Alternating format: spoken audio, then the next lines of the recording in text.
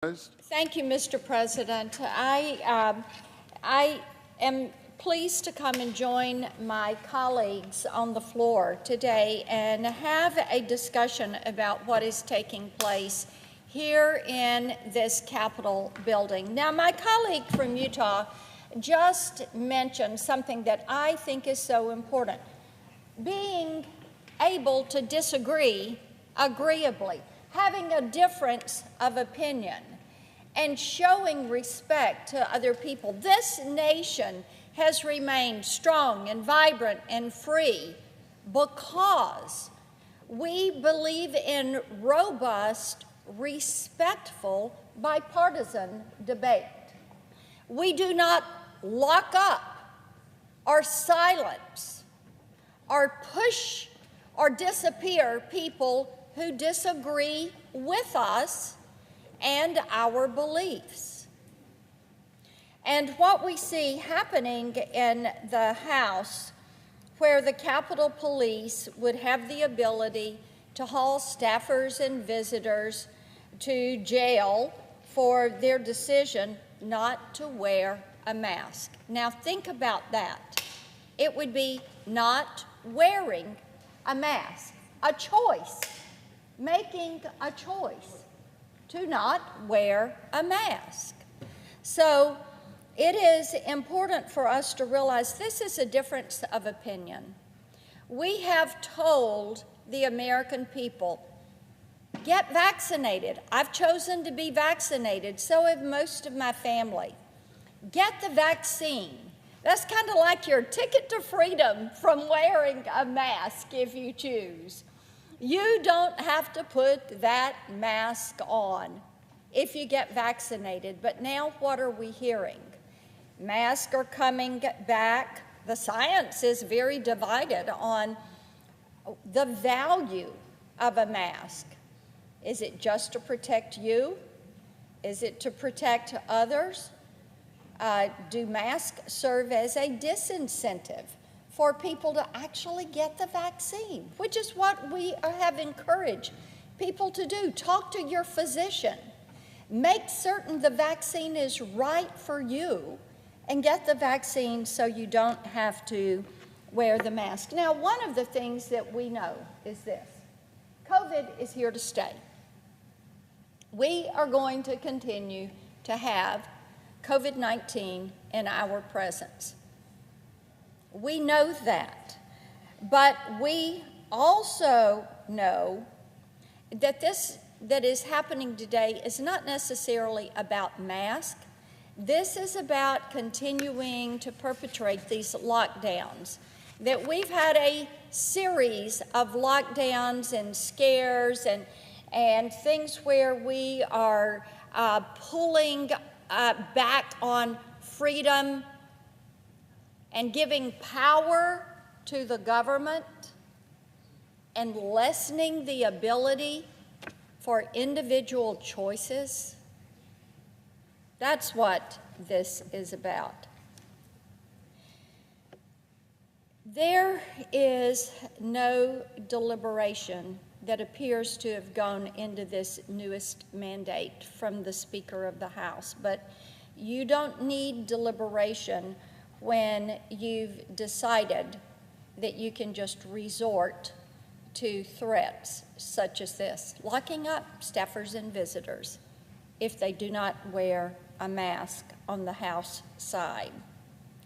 Just over the past few days, we've seen high-profile Democrats buying right into this new tactic. Here's some of what we've been hearing. And, you know, as a mom and a grandmom, I hear a lot from moms and grandmoms. And my text threads and email and phone calls, Mr. President, you just wouldn't even believe it.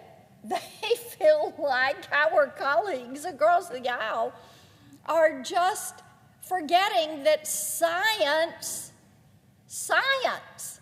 has weighed in on this issue, and now they're hearing these threats, threatening to keep our children out of school, Not let them go back to school in September. We don't need to go to school. Teachers' unions, not sure they want to go back to school in September. But, oh, by the way, if you do go back to school, they might want to put your children in masks. Mr. Speaker, children, little kids in school, we have heard it from pediatricians. We've all read the articles. There are truly some adverse side effects to little children being told to wear a mask every day. There are physical, there are emotional, there are psychological adverse effects to these children.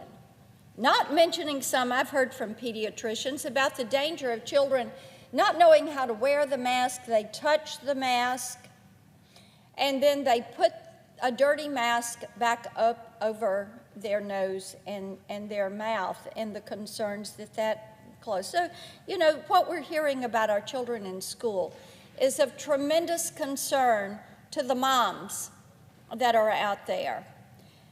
We're hearing they're threatening families and small businesses with yet another lockdown to come. I have a lot of friends who are in the retail industry. And right now, you know what they're doing, Mr. President? They are beginning to get in merchandise for the fourth quarter. They have used their lines of credit to make certain there's merchandise in their stores. These are mom and pop stores. These are small businesses. They are on Main Street in every small town in this country, just like they are in Tennessee. And the decisions that are being made here make them very nervous and very uncomfortable, because they're thinking, all right, what if we go into a lockdown? What if people can't get into my store? And here I have finally made it through COVID, and I'm looking forward to a good fourth quarter, and now we're getting this kind of information out of Washington, D.C. All of this is not rational. There is no evidence, none, to suggest that yet another about-face on masking is going to keep people healthier, is going to make them healthier. There is no evidence for that, Mr. President. So let's call it what it is. This is left-wing hysteria. This is hysteria. Frighten people. Make them think a lockdown's coming. Make them think things are worse than what they are. No, this is the United States of America. We do not lock up people we disagree with. We don't push forward with this type of activity. We don't silence our opponents. We believe in free speech. We believe in individuals being able to make their choices, and I think that it is fair to say that what the Speaker of the House has done is not trusting the science that brought us this vaccine. And thank goodness President Donald Trump brought about Operation Warp Speed and issued a challenge to our federal agencies, issued a challenge to our pharmaceutical companies, and said, let's see if we can find a way to defeat this virus. There is a vaccine there. I think what you see happening with the Democrats and with the Speaker of the House is what we in Tennessee call having a good old-fashioned come apart, because they are not getting their way.